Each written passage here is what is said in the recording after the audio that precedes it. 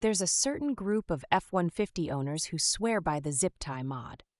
It sounds almost a little too simple to be worth talking about, but somehow this hack actually solves a super annoying pain point: those notorious sloppy shifter linkages throwing your gear indicator out of whack. You know how, over time, the F-150 shifter starts to get that signature rattle, and the pointer doesn't line up anymore, and you sit there wondering how Ford managed to engineer a truck to haul a house but couldn't keep park and reverse lined up properly? Yeah, that. So here's the secret sauce. You get underneath, even if you're not a car person, and spot the little bushings and cable on the shifter linkage. These things are famous for wearing out, and the zip tie hack is about 5 minutes of work and 95% satisfaction with the result. Let's break this all down. Step 1, jack up your F-150 or get it on some ramps.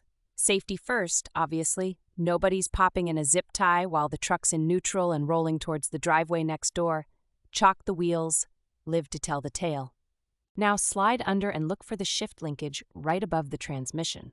Ford gives you about as much room as a sardine in a can, but you can spot the cable and the oval-shaped connection point with a flashlight. That's where the play happens. All you need to do is take a sturdy mid-size zip tie and loop it tightly around the shift linkage groove right next to the bushing. It's almost criminal how quick it is. Pull it tight, like really tight, until you've got zero visible slop. That's basically the point. Here's where it gets better. The impact is instant.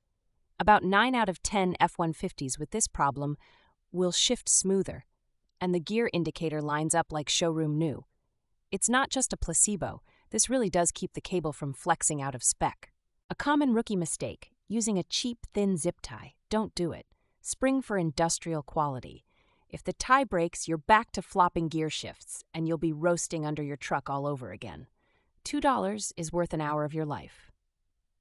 From a numbers perspective, the OEM bushing kit costs $20 to $40, plus your time. The zip tie costs pennies and gets you 80% of the benefit in a fraction of the time. There's a reason whole YouTube comment sections now read like a zip tie fan club. Big tip: once you're in there, eyeball the bushings. If they're shredded, you might actually want to replace those too. But the zip tie is a pro move for delaying that expense.